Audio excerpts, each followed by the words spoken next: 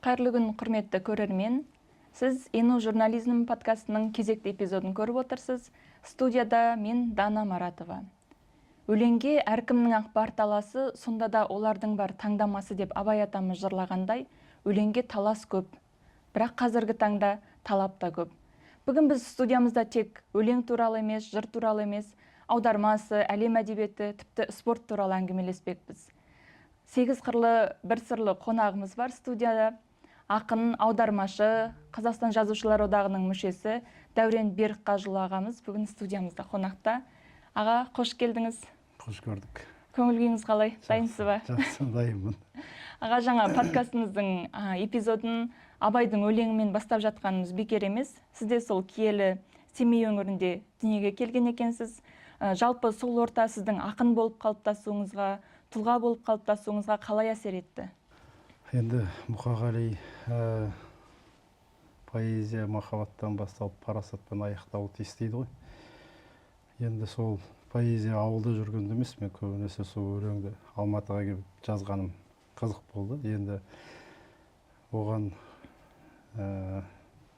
жаңа орта мүмкін, енді түрлі себептер болады ғой, бірақ менің өзім ойымша Мұқағалимен таныстығым, соның шығармашылығымен таныстығымнан басталған сияқты өлең жазу. Әйтпесе өмірде өлең жазам деген адам емес едім. Өлең кітапты көрсем шиыр бұлақтыратын. Өйткені себебі өлеңді түсінбедік, өлеңге деген қызығушылығымыз кемшін болды ма? Біз көбінесе сол әдетте оқырмандардың өзі прозалық жинақтарды, әңгімелерді жақсы көреді ғой. Сондай кітаптарды ғана оқитынбыз. Ал енді қазіргі сияқты телефон жоқ, ұялы телефон. Адамдар не істейді? Кітап оқиды. Қолымызға түскен кітаптың бәрін оқимыз, бірақ ол кезде кітапта соншалықты көп емес. Сол кезде есімде мынау армян ақындарының, грузин ақындарының аудармасы қазақ тіліндегі. Сол қатты есімде қалыпты. Содан кейін амал жоқтықтан оқыған кітаптар. Мұқағалимен 11-ші класста мынау емтихан тапсыратын кезде мемлекеттік еркін тақырып деген бар. Мен өзім мектептің бізге беретін 30 тақырып бар еді ғой, соның 20-сы жоспар бойынша, оны еркін тақырып. Сол еркін тақырыптың 9-ын біледі екенмін де, бірақ тақырыпты білмейді екен. Ол Мұқағали Мақатаевтың 60 жылдығына арналған тапсырма болатын. Сол кезде Мұқағалиды білмейді екен 91-ші. Енді ол менің кінәм ба, жоқ мұғалімдердің кінәсі ма, жоқ әлде сол кезде Мұқағалидің насихаты кемшін болды ма, мен оны әлі күнге дейін білмеймін. Сонда сіз бала кезіңізде кім болуды армандадыңыз? Ой, біз кім болмадық. Біздің кішкентай кезіміздегі ең күшті шығарма кім болам деген шығарма еді ғой. Сол шығарманы жаздыратын, қазіргі балаларға соны жаздыратын, жаздырмайтын білмеймін. Мен ең бірінші шығармамда есім білгелі жазған кім болам дегенде. Шопыр болам деген. Кәдімгі жүргізуші, көлік жүргізушісі. КамАЗдың жүргізушісі болам деп. Одан тағы бір кім болам деген жылда әдетте қайталанып жазылатын еді ғой. Әдебиет пәні мұғалімдер сол тақырыпты жақсы көретін. Одан футболист болам дедім. Кейін суретші болам дедім. Осы үшеуі есімде қалған. Сонда біздің әдебиет пәнінен беретін Орын Жамал деген апайымыз әлгі шығармаға қоятын еді ғой, сауаттылығы, мазмұны жөнінен деп 2 баға. Сол кезде сауаттылығына 5 қойып, мазмұнына 4 қойған. Неге десем, біз сенен мұғалім болады деп күтіп жүрсек, айдаладағы топ теуіп тозатын футболист болам дегенде істеп, кәдімгідей ренжігені бар. Одан кейіннен бір өзім әзіл шыны аралас бір өлеңдерім ішіне кіргізгем соны. Футболист болам деген үшін 4 алдым деген. Енді алғаш өлең жазып жүрген кезде. Жалпы футболдан да құралақан емессіз, байқауымызша. Енді футбол деген біздің кішкентай кезімізден бастап, есімізді жиғаннан бастап, етене жақын болып кеткен. Біз шынымызды айтсақ, футболмен бірге өстік, бірге тыныстадық. Біз өкініштісі ол кезде теледидардан әлем чемпионаттарын өте сирек беретін, телевизордан бір матчты көру мүмкін емес. Біз сол тіпті өзіміз қазақ футболшыларын білмей жүрген кезде ауылдың балалары сол итальяндық, аргентиналық футболистердің аты жөнін бізге сіңіріп өстік кішкентай кезімізден бастап. Біз стадионда ойнауды армандадық, артында нөмірі бар футболка киюді армандадық. Қазір енді біреулерге айтсаң сол күлкілі. Өйткені себебі қазір бәрі дайын. Біз сол кезде Былғары доптың алғаш келіп, алғаш рет қалай тепкеніне дейін есімде. Сол кезде біз кәдімгі есі дұрыс доп жоқ болатын, доп ойнайтын. Стадион жоқ болатын. Біз стадионды қолдан жасайтынбыз, кәдімгі қазып, линияларын бәрін. Сосын мынау ең күштісі, мынау сеткісі бар, қақпада ойнағымыз келетін. Ал ондай сеткі жоқ, соны ол сеткіні қолдан тоқитынбыз. Қақпаның бәрін қолдан тұрғызатынбыз, ағаштан қағып. Сосын таңертең келсек, ертеңде келсек, оны ұрлап кететін біреулер. Соның бәрін айтсаң, қазір ертегі сияқты. Біз футболды солай жақсы көрдік. Сосын тіпті мынау ең алғаш мен Балахин деген футболистке, мынау Динамо Киев деген білет, көзқарақты футбол сүйер қауым. Сол Балахиннің фанаты болдым. Соның нөмірін алғым келіп, көршіге барып, 11-ші нөмір жазып беріңізші деп қиылып, сонымен трафарет болатын неден, қағаздан, картоннан жасалған.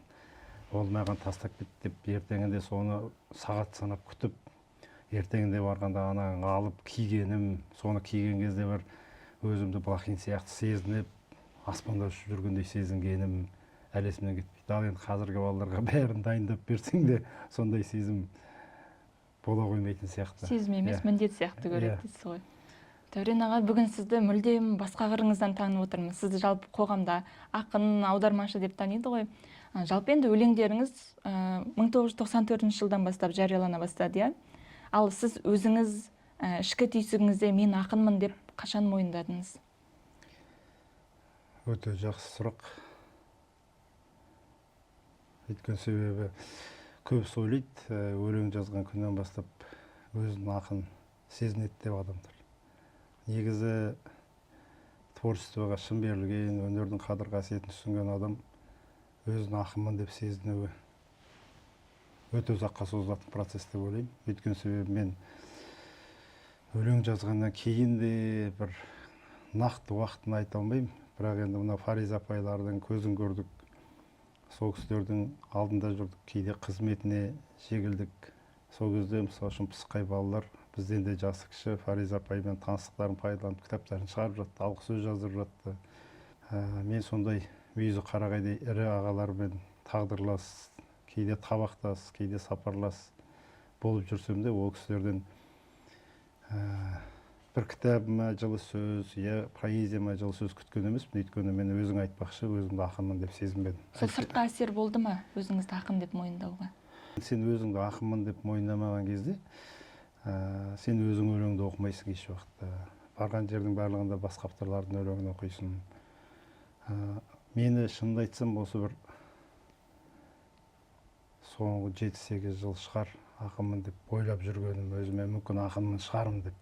30 жыл астам уақыт өлең жаздыңыз, бірақ соңғы 7-8 жылда. Солай деп ойлаймын. Өйткені кері байланыс бар ғой. Оқырмандардан, сосын жалпы оқырмандардың ішінде де сауатты оқырман болады. Бұрыннан кітап оқыған. Әйтпесе өлеңнің парқын білмейді, тек өзіне әсер арқылы бәрін ақын дей беретін адамдар болады. Ал енді кейінгі 7-8 жылда отырғаным, осы мүйізі қарағайдай көзі тірісі бар, өлісі бар адамдар өздері айта бастаған кезде бар. Сенуге мәжбүр боласың. Енді одан кейін ол сөзге де мелдектеп тоясың. Оның да бір қиын жері бар. Енді қазір сен ақынсың десе де сенбейсің.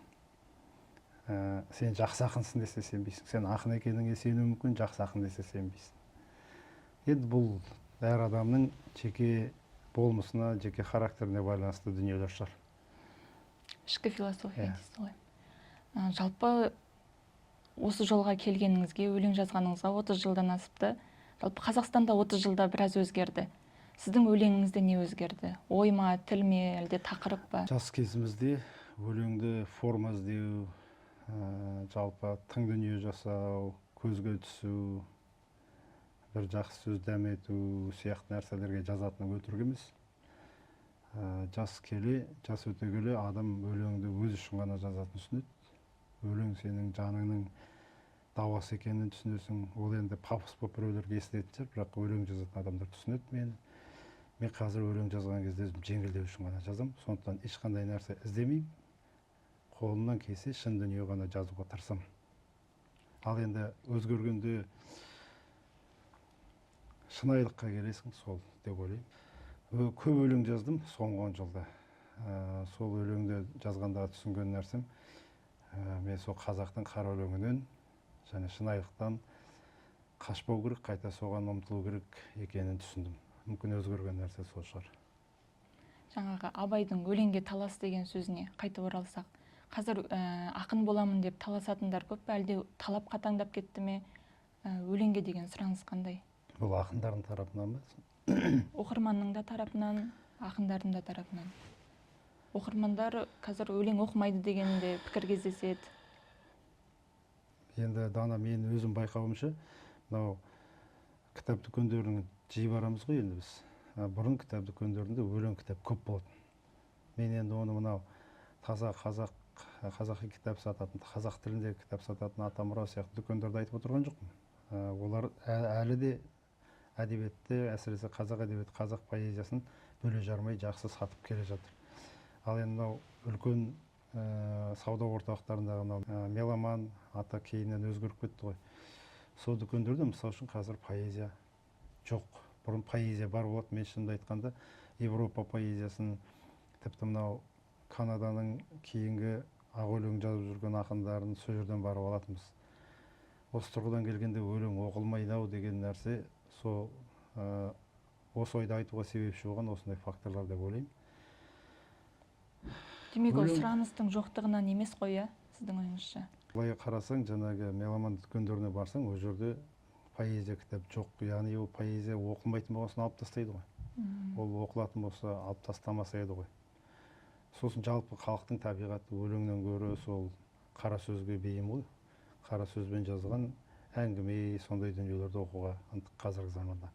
Бірақ мен, мысалы үшін, маған салса, мен өзімнің жеке тәжірибеммен білемін ғой. Мен де өлең оқыған жоқпын. Мен де өлеңді лақтыр. Ол кішкентай кезден бастап берілген тәрбиеге, тіпті әдебиет пәнінің мұғаліміне де байланысты деп ойлаймын. Мен қазір әдебиет пәнінің мұғалімдерімен көбірек сөйлесем, өйткені себебі қазақтың тілін, деңгейін, абыройын, тіпті мына поэзияның оқылмауын, поэзия ғана емес, мынау тәуелсіздік жылдарында жазған әдебиет насихаттау кемшін бізде қазір. Соның барлығы ұлы миссиясы бірінші әдебиетшілерге, мұғалімдерге тиесілі екенін көп мұғалімдер сезіне бермейді. Демек, поэзияға деген махаббатты ояту ең бірінші әдебиет пәнінен беретін мұғалімдердің жауапкершілігі дейсіз ғой? Әрине, енді барлық бүкіл семьяда бірдей кітап оқитын семьялар қазір тіптен жоқтың қасы. Ал енді ол заманда қайта кітап оқылатын. Ал енді үйде кітап оқылмаса, оны оқытатын тек қана әдебиет пәнінің мұғалімдері ғой, қазақ тілі мұғалімдері. Сондықтан мен ең үлкен қазір миссия сол кісілердің арқасында тұр деп ойлаймын. Сол кісілер сезіну керек деп ойлаймын соны. Әдебиет пәнінің мұғалімдерімен кездескен кезде мен көзім жанып кетеді, өйткені мен өзім арманым болды, әдебиет пәнінен сабақ берсем деген. Қазір де болса ол арманымды жүзеге асырайық десе, мен қуана кез келген мектепке барып, қазақ тілі мен әдебиетіне сабақ беруге құлшына кірісетін едім. Ал жеке өзіңіз үшін өлең жазу жауапкершілік пе, қажеттілік пе, әлде терапияның бір түрі ме? Жаңа айтқандай сол, мен үшін терапияның бір түрі. Дәл қазіргі сәтте мен өлеңді кітап шығару үшін, ақша табу үшін емес, өзімді емдеу үшін, өзімді жұбату үшін, менің жалғыз жұбанышым өлең қазір. Бірақ сізді ақын ғана емес, кәсіби аудармашы ретінде де танимыз. Жалпы поэзия мен прозаның ара қатынасы қандай, белгілі бір шектеу бар ма? Әлде екеуін тұтас бір дүние, бір әлем ретінде қарастырасыз ба? Енді ақын болғаннан кейін аудармашылыққа қажеттіліктен келдім. Ақша табу қажеттілігінен. Енді мінезіміз, оңып тұрған мінезіміз жоқ. Сондықтан көп адамдар білімімізге сенгенімен мінезімізге сенбейді. Сондықтан көбісі сол алыстан сыйлассақ деген нәрсені жасың келген кезде бәрі түсінесің. Содан кейін амал жоқ. Қазір фриланс деген жақсы болды ғой. Сол жаңағы жұмыссыздықтың бір мәдениетте аталған түрі сияқты маған фрилансер деген. Жұмыссыз дегенше фрилансер болып жүрмін деген сияқты. Енді ол маған тіптен жақсы болды. Өйткені еркіндікті жақсы көретін адам. Мен бір жағынан сол аудармадан кете алмай қалған себебім өзім би, өзім қожа, ең бастысы өзімнің уақытыма өзім қожамын. артық сөз естімеймін, өзім ұнатпайтын жұмыспен айналыспаймын, таза аудармамен айналсам. Енді аудармаға келуіме мәжбүрлік болған, баяғыда өте жаңағы айтатын. Сіз анау ақынды аударыпсыз, шетелдің мына ақынды аударыпсыз, сіз соны қай бір аударғысы келіп аударды дейсің. Ана гонорар төлейтін болды ғой, жақсы, сол үшін аудардым дейтін. Сол айтпақшы, бізде ойламаған жерден аудармаға ақша табу мақсатында келдік. Мен шынымды айтсам, бірінші аударған аудармам халықтың көзіне түспесе екен, оқырман болмай-ақ қойса екен дедім, өйткені өзім көңілім толмады. Аударғаннан кейін алғашқы рет аударып тұрсың ғой, алғашқы 10 бетті оқисың, көңілің толмайды. Тағы да 10 бет аударасың, көңілің толмайды. Сонымен не болсын, мен алып қойған жоспарлы дүнием аударып шығайын, енді қалған редактор істер деп сөйдедім. Сол енді мен алып келген нәрсе. Енді бірақ жаңағы айтып отырмын ғой, ол кітап тіпті ешкімнің көзіне түспесе екен деп ойладым. Өйткені біріншіден оның жаңағы жанры ішінде эротикалық дүниелер болғаннан кейін, сосын ол кітаптан өзім басында бас тартқаным рас. Ол жаңағы менің айтып отырғанымен бірді айтып бірге кетіп қала жатыр, Норвег орманы кітабы. Иә, сол Норвег орманында мысалы жыныстық түйсік, интим элементтері бар да. Енді осыны қазақ тіліне аударғанда бір ұятқа ұрынбай айналып өтетін жол іздейсіз ба? Әрине. Ондай мүмкін бе? Мысалы үшін орыс тілінде эротикаға байланысты, интимге байланысты қалыптасқан терминология бар. Ол құлаққа сіңісті болып кеткен сондай. Оны 100 рет айтсаң да, ешкімнің беті қызармайды, солай қабылдайды. Қалыпты дүние деп. Ал енді қазақша соны айтсаң, ана екі шекең бетің дуылдап қызарып кетеді. Сонан кейін амал жоқ. Жаңағы оқыған кітап бәрімнің бір жағынан пайдасы тиді. Екіншіден өзім де іздендім, осы сөзді қалай берсек екен деп. Мен ең қиналған тақырыбым сол болды. Кітапты аударасың, бірақ анандай нәзік тұстарын қалай жеткізем деген. Оның үстіне менің бірінші кітабым болды аударған. Сонан кейін де бір жағынан осындай тұстар болғаннан кейін де халыққа жетпей қойса екен, оқырман болмай қойса екен. Осы кітап күйінде ақшамды алдым, шаң басып қалса екен деген тілек болды. Сонымен ондай оймен 6 ай жүрдім. 6 айға дейін тынышталып кеткен, сондай басылған екен, дұрыс болыпты деп ойлағаным сол еді. 6 айдан кейін бұл TikTok бәр жаққа шығып кетті де, сонымен. Иә, тіпті жастардың арасында ең үздік тәржімалардың бірі деп аталып жүр. Осы кітап менің бір жағынан енді әлгі не деп айтады ғой, визитная карточка дейді ғой. Бір жағынан аудармашы ретінде атымызда қалыптастырған кітап болды. Енді кемшілігі болады ғой, кез келген кітаптың бірінші дүние болған соң. Біріншіден енді редакторларым да жақсы болды. Назгүл Қожабек, өзімнің қарындасым, бірге жұмыс істеген. Калькасы қазақ тілі. Екіншіден енді бұл шығарма біздің қоғамымызға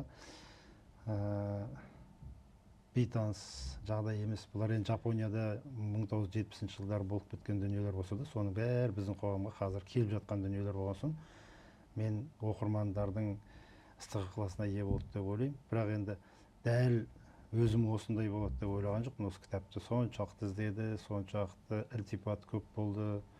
Мен шынымды айтсам, кейде өзімнің өлеңімнен гөрі сол аудармадан жақсы сөз көбірек естіген сияқты болып кетеді.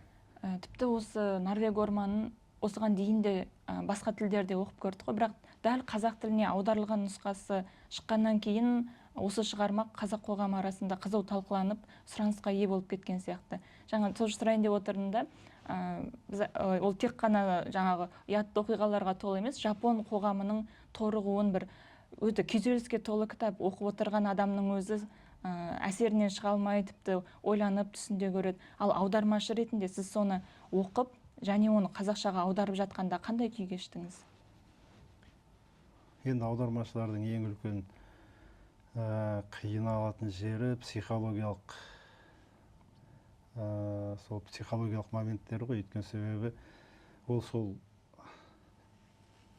жаңағы басты кейіпкердің ішіне кіреді ғой. Өйткені сол болып сөйлейді, соның эмоциясымен сөйлейді. Сен енді отырған кезде сол эмоциямен сөйлегеннен кейін сен мысалы үшін жылайсың. Жылайтын кезде жылайсың, күлетін кезде күлесің, ең ақырында ана кейіпкермен бірге ауырасың.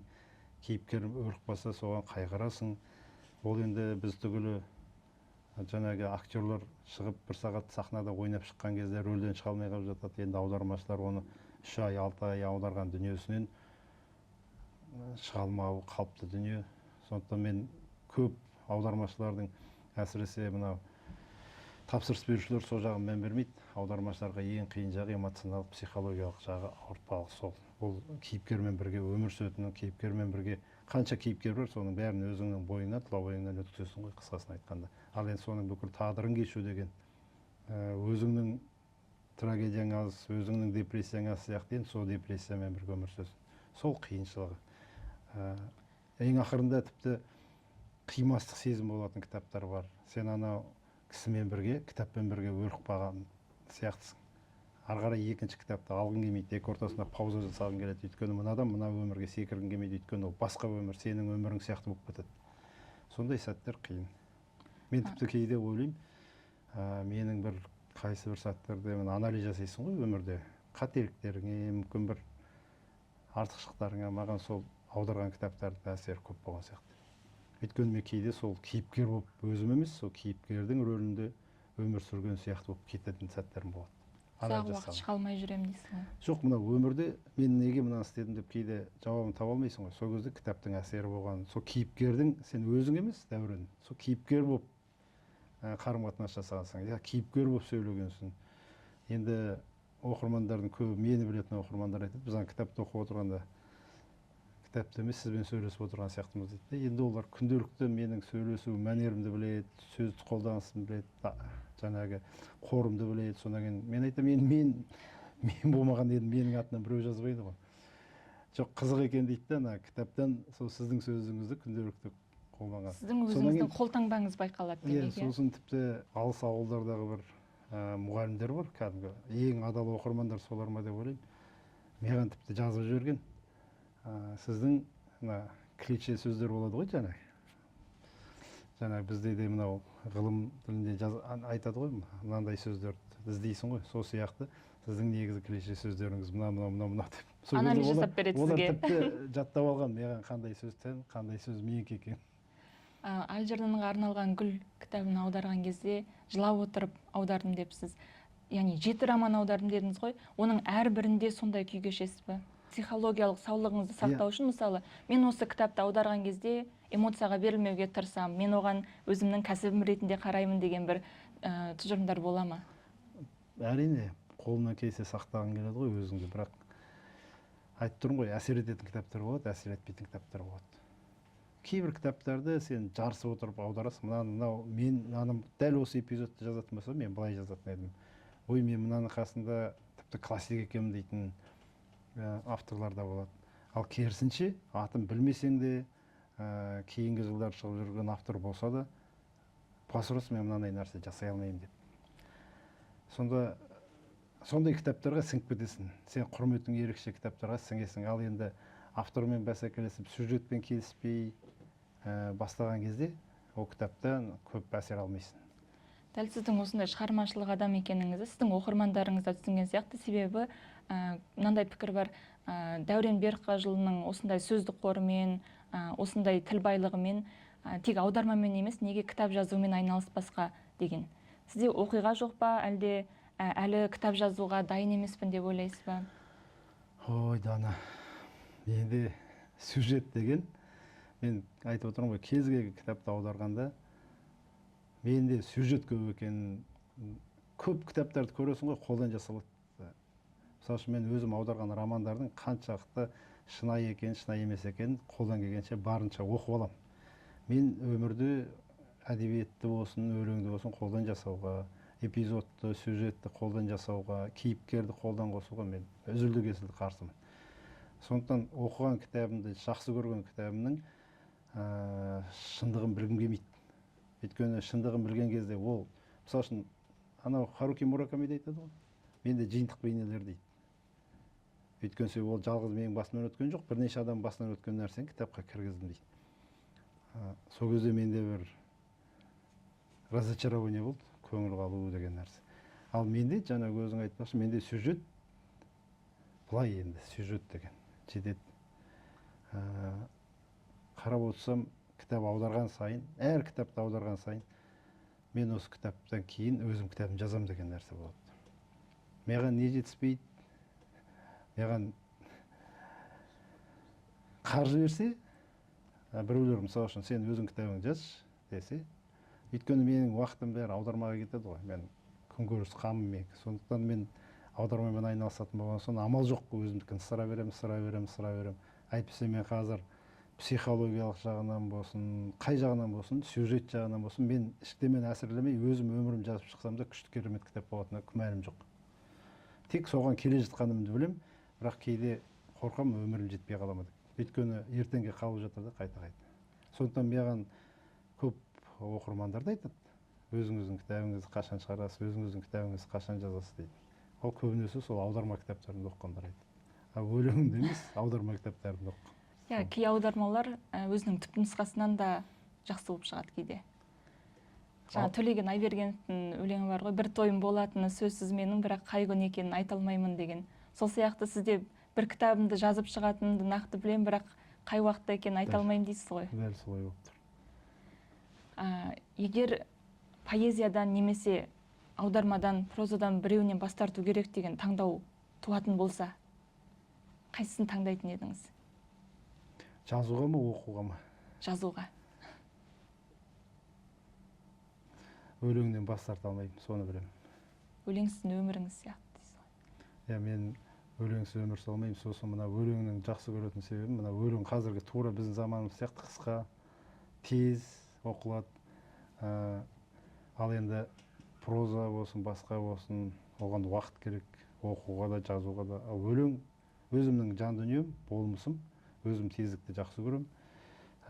Кез келген нәрсені бірден оқып ала қойғым келеді. Жалпы өлеңсіз өмір сүре алмайтынын білемін.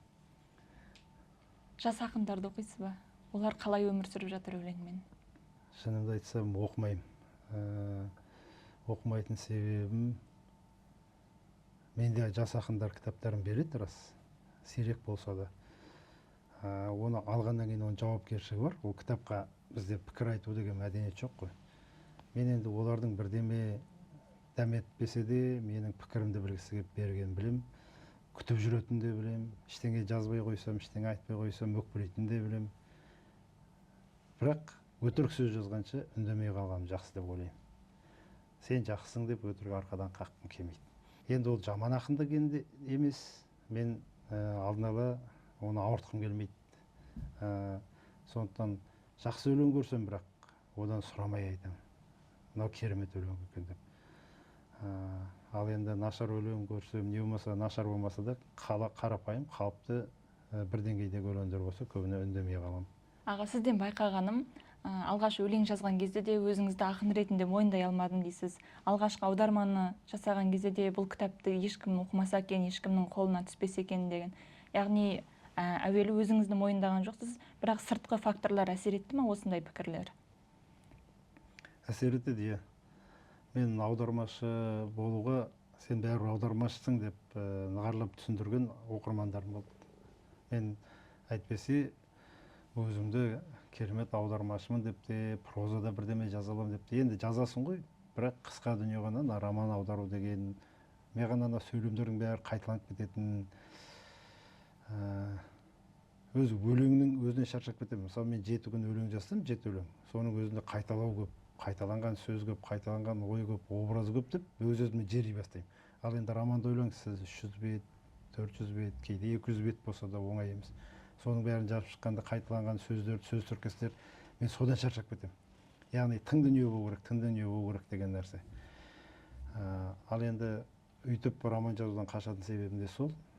Мен айтып отырмын ғой, мен кәнігі отырып проза жазатын адам емес, мен өз өмірімді жазып шыққым келеді, бұл бір-ақ кітап. Мысалы үшін өзім өте жақсы көретін кітаптардың бірі «Жар жағалаған жалғыз» деп кім аударды? Осы жазушы ағамыздың бірі.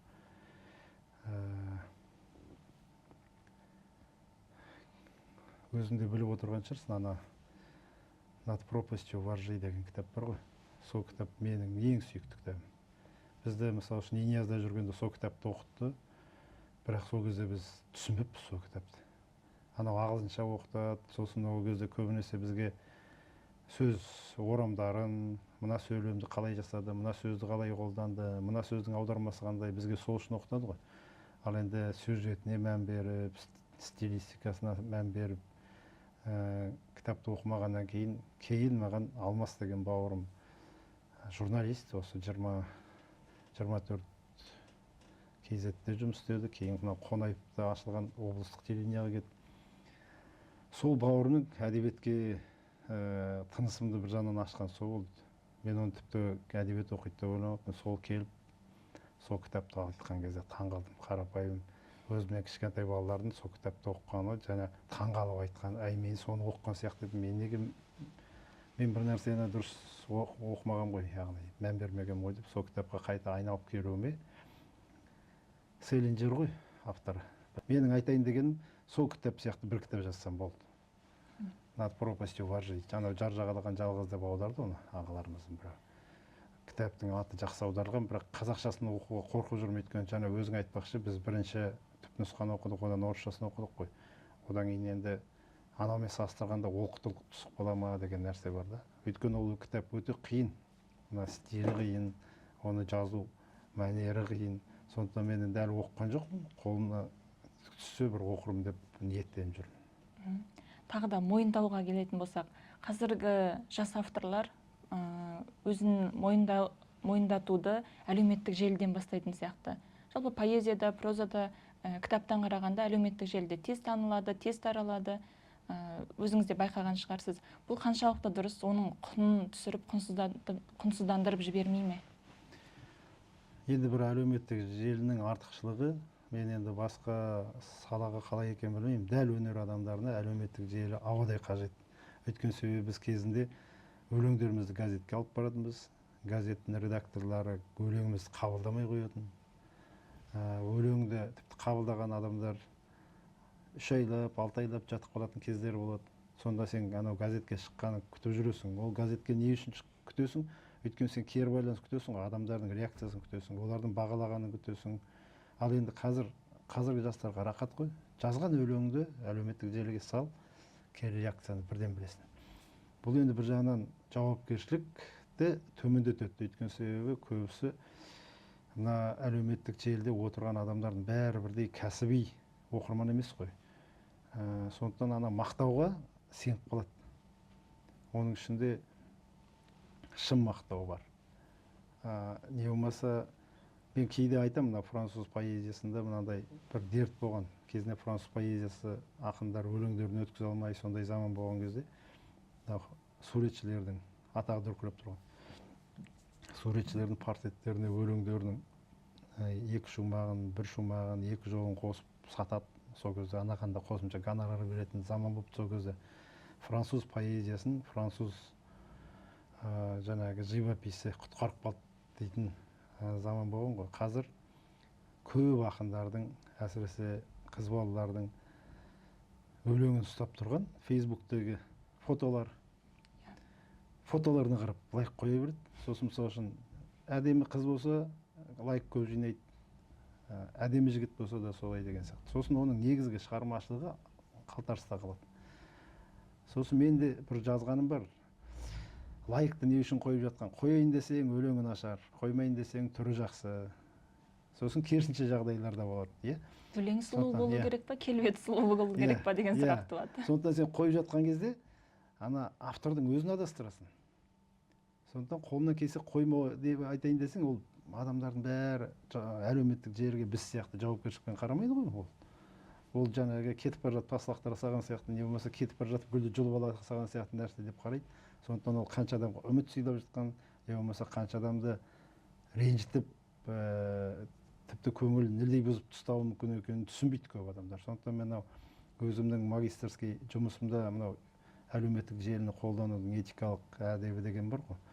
Соны әдейлеп таңдап алғам сол, бізде әлеуметтік желіні қолданудың этикасын ескермейді. Енді жаңағы сөзден шығып жатыр. Газетке шықса бұрын бізді кім оқиды? Нағыз оқырмандар оқиды ғой. Кәсіби адамдар оқиды. Не болмаса, кәдімгі оқырмандар оқиды. Газет сатып алатын, жазылатын. Ал енді қазір өлеңді бәрі кім көрінген оқитын болған соң, мен ол жастар түгіл өзім сенбеймін. мысалы мен қазір мақтап жатады ғой, мен сенбеймін. Сенетін адамдарым болады ішінде, сол адамдарға сенемін. Ал енді сол мүмкін жазып жатқан дүниенің 98%-ына сенбейтін шығармын, мүмкін 95%-ына. Жалпы әр қазақтың ішінде бір ақын ұйықтап жатқан сияқты да, соны ояна бастаған кезде бағыт бағдар беретін ұстаздар ғой. Мысалы 10 жыл бұрын бізді ұстазымыз сондай қабілетіміздің аз-маз бар екенін байқап, сен журналистика факультетіне бар деп бағыт бағдар береді. Ал журналистика факультетіне келсең, ол жақтағы жағдай мүлдем басқа. Ұстазымыз айтқан еді, осы жерге келген 100 студенттің 99-ы ақын болам деп келеді, біреуі журналист болам деп келеді. Сосын 4 жылдың ішінде біз жаңағы 99 журналист жасаймыз да, әйтеуір бір ақын қалады ішінде деп. Сол сияқты ғой, жалпы ақындарды, жазушыларды дайындайтын бір институт бар ма? Ол қандай институт болуы керек? Бұл да өзекті мәселе. Кеңес Юсупов деген ағамыз болды, марқұм болып кетті, 100 жылдық жалғыздықта аударған. Енді басқа да шығармалар аударды ғой, бірақ біздің енді соқталы ең үлкен еңбегі сол болған соң соны айтамыз. Сол кісі көз тірісінде әлем әдебиеті деген журнал шығарды, мына Фолиант деген баспаның қасынан. Сол журнал өте жақсы шаруалар атқарды. Көп, мен тіпті қайсы бір авторларды жазушы болып жүрген аудармашы, кәнігі мықты аудармашы ретінде сол журнал арқылы таныдық. Қайсы бір шығармалардың қазақшасы бар екен, сол журнал арқылы білдік. Бірақ аудармаға сол кісі сияқты күйген, жаны күйген, және осы қазақта біз институт жоқ аудармашыларды қалыптастыратын деп шырпыр болып, дәурен осы бір институт құрайық. Өйткені біздің қағбамыз Москва еді ғой осы уақытқа дейін. Әлі де солай шабылып тұрады ғой, саяси неменеміз. Ал енді әдебиетшілердің бәрін кім дайындады? Москваның әдебиет институты дайындады. Қазір бізде әдебиет институты жоқ, аудармашылар орталығы жоқ. Мен тіпті сын орталығы, балалар әдебиетімен айналысатын жақсы орталық. Енді жазушылар одағының ішінде секциялар бар, бірақ ол мардымсыз ғой жұмыс. Мен кейінгі жылдар ақырындап жандана бастаған сияқты, бірақ дей тұрғанмен де аударма институты, жалпы әдебиетшілерді оқытатын үлкен бір орталық болу керек деп ойлаймын. Сонан кейін оған біз мамандар даярлауымыз керекпіз. Мысалы үшін осы былтыр ма 2-3 жыл болды, жазда шеберлік класстарын өткізіп жүр. Ол жетпейді. Біздің ақын жазушылардың керемет мастер-класс алуына, сондай институттардың рөлі зор болар еді қалыптасуына. Қазір біз былайша айтқанда жабайы әркім өзін білген істеп жүрген заман болып тұр. Сондықтан бізде қазір кім көрінген кітап шығарады, біз қазір ара-жігін ажырата алмаймыз. Жақсы роман, жақсы аударма. Мысалы біз 7 роман аударсам да Айбоз түгілі, басқа түгілі, жаңағы қарапайым. Енді Алаш сыйлығын алдық қой. Мысалы сол сыйлықтар сияқты бір сыйлыққа ие болған жоқпыз. Мысалы мен өз-өзімді ұсынбаймын. Ол кітаптарды шығарған баспаларға айтамын, сендер ұсыныңдар деп. Менің әйтеуір бір критериям келмей қалады. Осындайды көрген кезде баяғы не керек сияқты болып тұрады мемлекетте. Мынау дұрыс, мынау қате дейтін цензура бар ғой. Бәрі цензура болмай, бізде әдебиет дамымайды. Бізде цензура дегенде жақсы мағынасында айтып отырмын. Өйткені қазір шөпті өлең, шөңгеді өлең болып кетті. Сөз соңында аға, қазіргі жас авторларға ақын болам, жазушы болам деп талаптанып жүрген жастарға дәл қазір қандай бағыт бағдар берер едіңіз? Жаңағы айтқан орталықтардың ешбір әлі құрылмаған жағдайда. Қолдан келсе, мысалы үшін менің арманым болашақпен оқу болды. Болашаққа қайсы бір критерийлеріміз келмей қалды. Біздің мемлекетіміз болашақпен кімді оқытпады, түгелін оқытып шықты ғой. Бірақ оқытпаған сала бар, ол әдебиетшілерді оқытқан жоқ. Мен осыны парламентте отырған журналистерге, ақындарға айтып бақтым. Ол мәселе көтерілген, көтерілмегенін білмеймін. Бізде қолдан келсе, сондықтан шетелге барып, әдеби теорияны болсын, мынау кейінгі әдеби направлениялар дейміз, ағыстарды, шетелмен жалпы біз қазіргі шетел әдебиеті, Европа әдебиеті, Америка әдебиеті, не болмаса мынау Азия мемлекеттеріндегі біз экономикасын алға тарта бермей, экономикасы алға кеткен Корея, Жапония болсын, Қытай болсын, соның әдебиетімен де тең дәрежеде өз уақытында танысып отыру үшін сол адамдар ақын болам, жазушы болам деген адамдар сол мемлекеттерге барып, сонымен тыныстап, қолдан келсе тіл үйреніп, қолдан келсе шетелде білім алуға тырысу керек. Дәурен аға, әңгімеңізге көп рахмет. Жалпы әлем әдебиеті, қазақ әдебиеті туралы айта беретін болсақ, әр шығарманы талдай беретін болсақ, таңға ұрып подкаст түсіре беруге болатын еді. Бірақ бүгінгі біздің аудиториямызға, жастарға, студенттерге сіздің айтқан әңгімеңіз өте пайдалы болды деген ойдамыз. Уақыт бөліп келгеніңіз үшін көп рахмет. Енді мынау студияға шақырып, сіздің де сөзіңіз керек деп, бізді бір керекке жаратып жатқан сендерге де рахмет. Жақсыға көп рахмет. Құрметті ИНУ журнализм подкастының көрермендері, егер бүгінгі біздің подкасттың эпизоды сізді өлеңді қайта оқуға, немесе бір кітаптың бетін қайта ашуға, немесе өз ішіңізге үңілуге себеп болса, подкасттың эпизодының мақсаты орындалды деп ойлаймыз. Келесі кездескенше аман сау болыңыздар.